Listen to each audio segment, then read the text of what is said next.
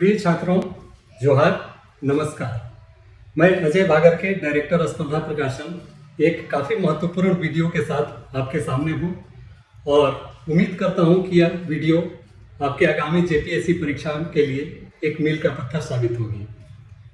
मित्रों, जैसा कि आपको पता है, काफ़ी जद्दोजहद और उहापोह की स्थिति के बीच जेपीएससी पीटी जो 11th to 13th के लिए आयोजित की गई थी वह संपन्न हो गई और हम सभी आपके साथ काफ़ी रिलैक्स फील कर रहे हैं।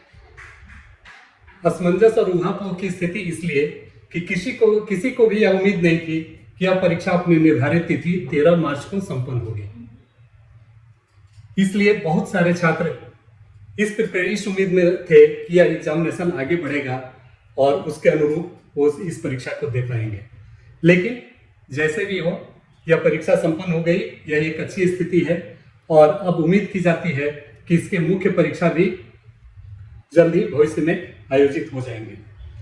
तो मित्रों, जैसा कि हमने कल ही आपके लिए दोनों पत्रों के लिए प्रश्न पत्र 1 और प्रश्न पत्र 2 के लिए आंसर की जारी किया था और उसमें स्पर्धा प्रकाशन की प्रकाशिका प्रियंका वर्मा जी ने कहा था कि मैं आज आपको कट ऑफ के बारे में दूंगा।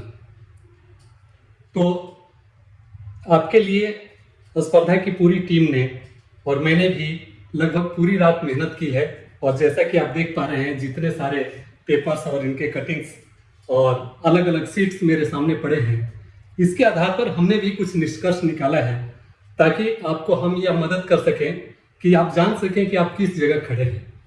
इस परीक्षा में आप कितना अच्छा कर पाए हैं और उसके अनुरूप आपको अपनी आगे की क्या स्ट्रेटेजी, क्या रणनीति अपनानी चाहिए। मित्रों, मैं तो बस यही कहना चाहूँगा कि आप इस एग्ज़ाम में अपने जैसा भी किया हो, आप हतोत्साहित बिल्कुल ना हो, क्योंकि अगर आपने ठान लिया है कि एक प्रशासनिक अधिकारी आपको बनना है तो बस बनना है, चाहे 1 साल बाद, 2 साल बाद बने या आगामी कुछ महीनों में। तो आपको अपनी परीक्षा की तैयारी में कभी भी कहीं भी शिथिलता नहीं बरतनी चाहिए और मेंस की तैयारी भी आपको उसी के अनुरूप की जानी चाहिए कि आप इस परीक्षा में उत्तीर्ण हो रहे हैं, भले ही मेरा कट ऑफ आपको उसके नीचे खड़ा करता हो।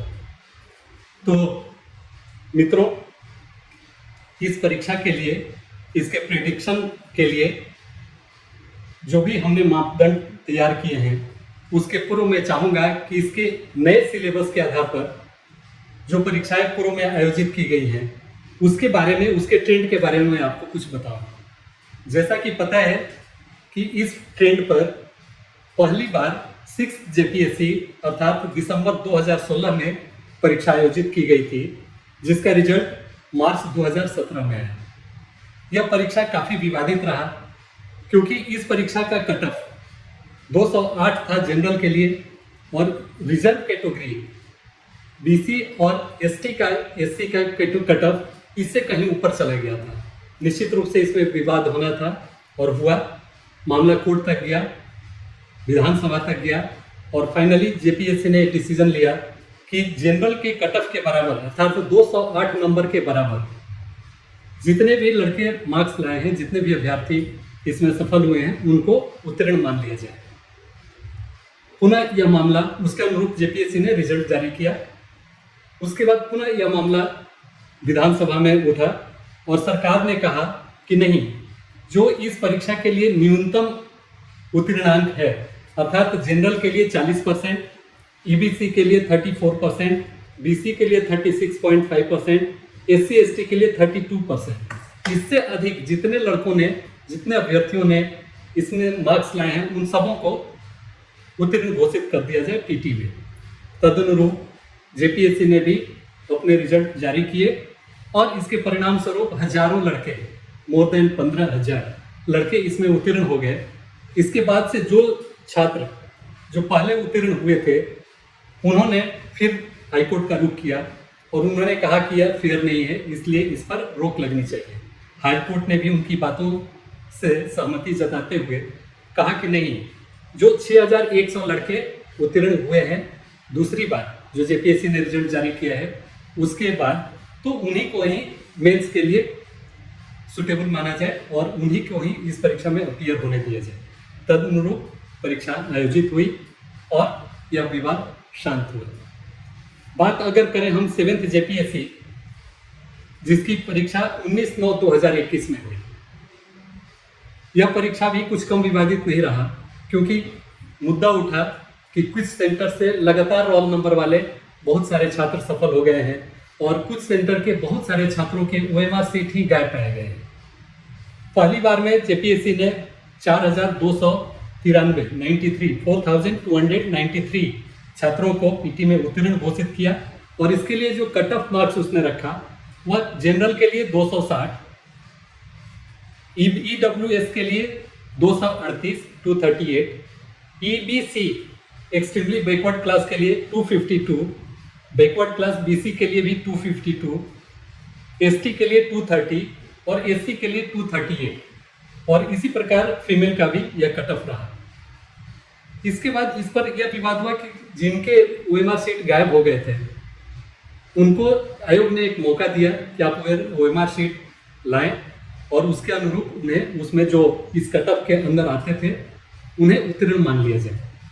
इसके चलते 592 छात्र पुनः इस लिस्ट में जोड़े गए और इस प्रकार 4,885 छात्र मेंस के लिए क्वालिफाइड घोषित किए गए और उन लोगों ने मेंस की परीक्षाएं दी।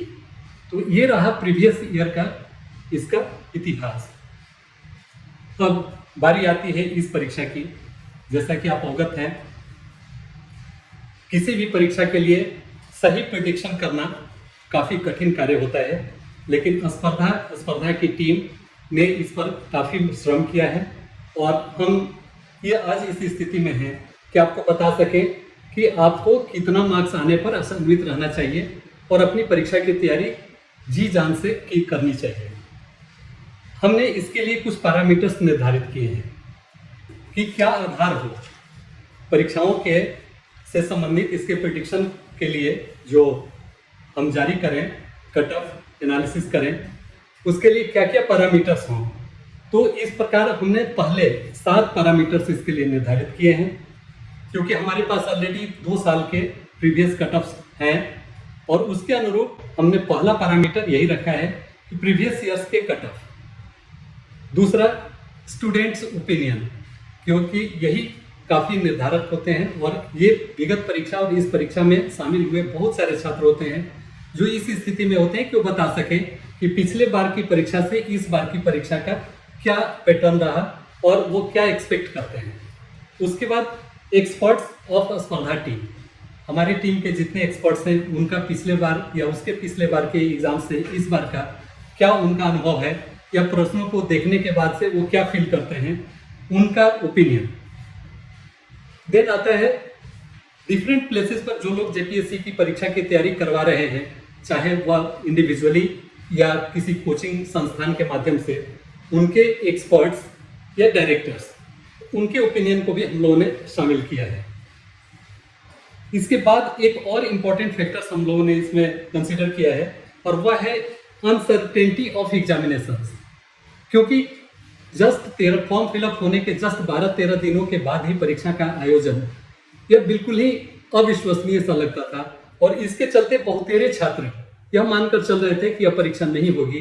परिणाम स्वरूप वह काफ़ी शिथिल थे और वह भी इस प्रेडिक्शन को, इस रिजल्ट को प्रभावित करेंगे। तो अनसर्टेनिटी ऑफ एग्जामिनेशन भी एक फैक्टर है। इसके बाद अगर बात की जाए तो नंबर ऑफ पोस्ट अवेलेबल, जो जिसके लिए परीक्षा आयोजित हो रही है उसके नंबर ऑफ पोस्ट कितने हैं। और finally number of students appeared, जैसा कि आपको पता है कि लगभग 3.5 लाख छात्रों ने इस परीक्षा के लिए अप्लाई किया था, लेकिन जैसे कि सूचनाएं आ रही है डिफरेंट प्लेसेस से, लगभग 45% छात्र इस परीक्षा में अनुत्तीर्ण रहे। तो इस प्रकार 2 लाख के आसपास माना जा सकता है कि छात्रों ने इस परीक्षा में भाग लिया है और उन्हीं के बीच से आना है, मेंस के लिए क्वालिफाइड घोषित किया जाना है। तो ये रहे हमारे पहले पैरामीटर्स। अब अगर बात की जाए क्वेश्चंस के लेवल का कि उनका लेवल क्या था, तो हमने दोनों पेपर के लिए अलग अलग प्रेडिक्शंस दिए हैं और छात्रों से हमने यह पूछा है कि आप यह बताएं कि ये प्रश्न किस कैटेगरी के थे, उसको हम लोगों ने भी 3 कैटेगरी में बांटा है। जैसे अंडर चैलेंजिंग, इजी कह सकते हैं कि जो इजी कैटेगरी के प्रश्न थे। दूसरा चैलेंजिंग, जिसे आप थोड़े इफर्ट से कर सकते थे। और तीसरा बियॉन्ड चैलेंजिंग, मीन्स काफी डिफिकल्ट। तो इन 3 कैटेगरी में हमने इन दोनों प्रश्न पत्रों को बांटा है। तो उसका क्या रिजल्ट है मैं चाहूंगा कि उसके बारे में आपको बताऊं। पेपर 1 की अगर बात की जाए तो इसमें 15 से 20% छात्रों ने कहा है कि यह इजी प्रश्न पत्र था। 30 से 40% छात्रों ने कहा कि यह चैलेंजिंग था। और 40 से 55% छात्रों ने कहा कि बियॉन्ड चैलेंजिंग था। तो इस प्रकार पेपर 1 की बात की जाए तो यह मॉडरेट से टफ के कैटेगरी में आता है। मीन्स बहुत इसको डिफिकल्ट अगर नहीं भी कहें तो मॉडरेट के कैटेगरी में, इजी तो बिल्कुल ही नहीं माना जा सकता है, मॉडरेट और डिफिकल्ट के कैटेगरी में आ जा सकता है, अर्थात चैलेंजिंग और बियॉन्ड चैलेंजिंग।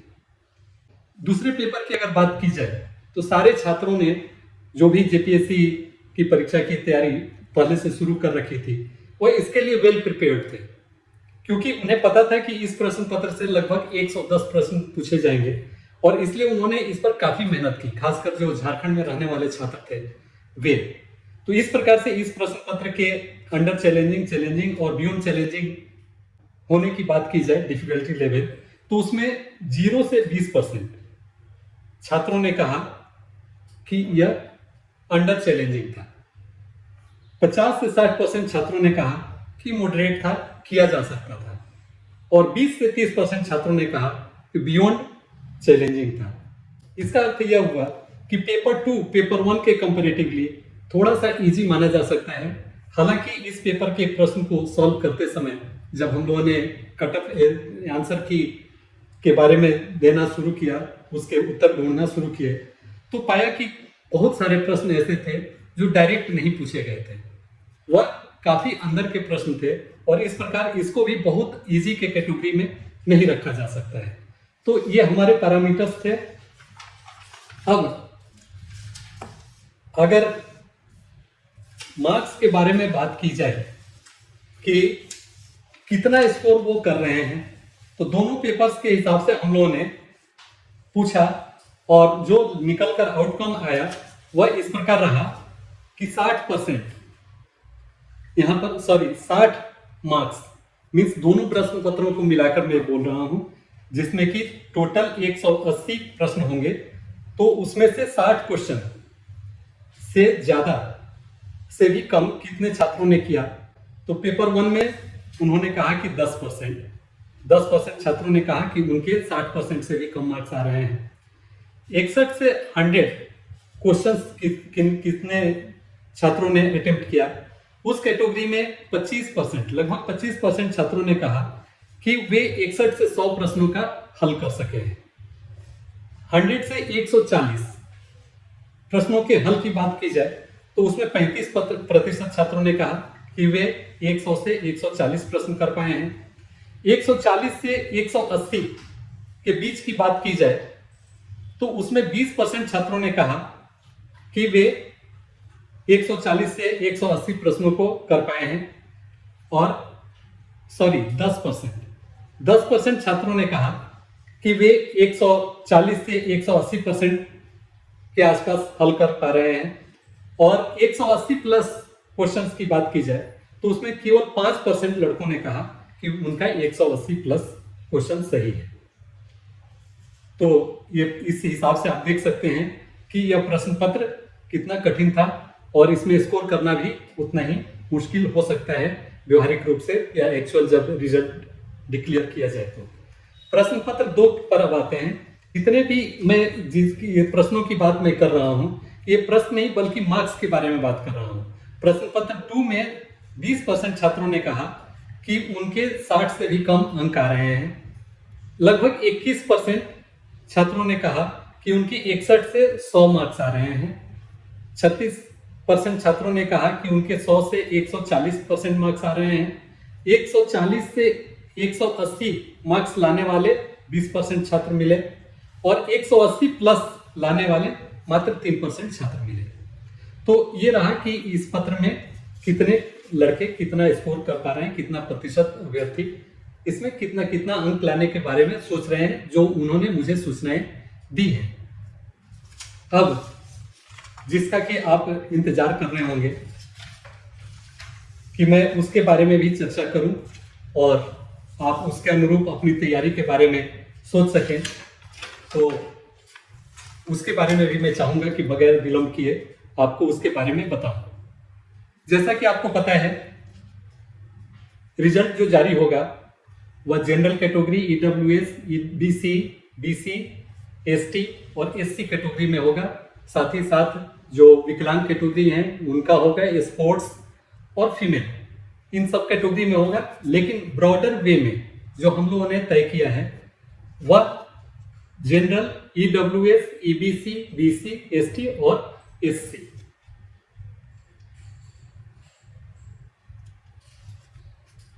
तो अब मैं चाहूंगा कि उसके बारे में आपको बताऊं। तो जनरल कैटेगरी के लिए जो पूरे ओपिनियन का जो सार है वह है कि 220 टू 228 ये दोनों प्रश्न पत्र मिलकर वैसे अभ्यर्थी जो जनरल कैटेगरी में हैं और 220 से 228 अंक के आसपास मार्क्स ला रहे हैं वह क्वालिफाई कर सकते हैं, अर्थात 55 टू 57% मार्क्स लाने वाले छात्र। ईडब्ल्यूएस कैटेगरी में अगर है, इकोनॉमिकली वीकर सेक्शन, तो इसमें आपको 208 टू 220 अर्थात 52 टू 55% अगर आप मार्क्स लाते हैं तो आप होपफुल रह सकते हैं। ईडब्ल्यूसी एक्सट्रीमली बैकवर्ड क्लास, इसके लिए इस कैटेगरी में अगर आप हैं तो 200 टू 208 इट मीन्स 50 टू 52% अगर आप मार्क्स लाते हैं तो आप क्लियर कर सकते हैं। बैकवर्ड क्लास बीसी में 208 to 220 it means 52 to 55% marks अगर आपके आ रहे हैं तो निश्चित रूप से आप इसमें सेलेक्ट हो सकते हैं। एसटी के बारे में अगर बात की जाए तो इनका थोड़ा कम रहने वाला है। 180 टू 192 हमारी टीम ने जो प्रेडिक्शन किया है उसके अनुरूप 180 टू 192 मार्क्स अगर आपके आते हैं 45 टू 48% तो आप उम्मीद कर सकते हैं कि आप मेंस लिखें। एससी कैटेगरी की बात की जाए तो 190 टू 200 48 टू 50% मार्क्स आपको लाने होंगे। अगर आप चाहते हैं, अगर आप इतना लाते हैं तो आप सोच सकते हैं कि अपनी तैयारी को के लिए एक नई रणनीति बनाएं और उसके अनुरूप आप अपनी तैयारी जारी करें। तो मित्रों, हो सकता है कि बहुत सारे छात्रों के लिए जो इसके बिलो आते हो उनके लिए यह एक डिस्करेजिंग सिचुएशन हो, लेकिन मैं चाहूंगा कि आप बिल्कुल ही निराश न हो और अपनी तैयारी को उसी पेस में जारी रखें। सीजनल स्टडी नहीं करें, क्योंकि जैसा कि आपने देखा है ट्रेंड, झारखंड में कभी भी कुछ हो सकता है, नियमित अंतराल पर भी परीक्षाएं आयोजित हो सकती हैं। तो यह मानते हुए कि अब से नियमित अंतराल पर परीक्षाएं आयोजित होंगी, इस परीक्षा में अगर आप गंभीर मार्क्स ला रहे हैं तो आप कोशिश करें कि अगले एग्जाम में बेहतर प्रदर्शन करें। हम अपने उन छात्रों के आभारी हैं जिन्होंने स्पर्धा प्रकाशन की पुस्तकों पर विश्वास जताया और उन्हें यकीन हो गया होगा कि ये पुस्तकें कितनी उपयोगी रही इस परीक्षा में। कल इस परीक्षा के आंसर की तैयारी करने के क्रम में हमने देखा कि अधिकांश प्रश्न स्पर्धा प्रकाशन द्वारा जो पुस्तकें प्रकाशित की गई थी दोनों पेपर के लिए, पी गाइड और प्रैक्टिस वर्कबुक, तथा जो संपूर्ण झारखंड नामक हाल ही में जो पुस्तक आई थी, इससे ही प्रश्न पूछे गए थे। तो निश्चित रूप से इन पुस्तकों का अगर अध्ययन आपने ठीक ढंग से किया होगा तो आप उम्मीद कर सकते हैं कि इस परीक्षा में को क्वालिफाई करें और अपनी मेंस की तैयारी शुरू करें। इस परीक्षा के पूर्व ही बहुत सारे छात्रों ने यह हमसे रिक्वेस्ट किया था कि आप जो मेंस की अपनी पुस्तकें हैं उसका अपडेटेड वर्जन लाइए, और मुझे यह बताते हुए काफ़ी खुशी हो रही है कि जो पुस्तकें स्पर्धा प्रकाशन ने लाई है मेंस के लिए उसके लगभग सभी अपडेटेड वर्जन आ चुके हैं। तो यह एक अच्छी स्थिति है, क्योंकि बगैर समय गंवाए आप अपनी परीक्षा की तैयारी प्रारंभ कर सकते हैं।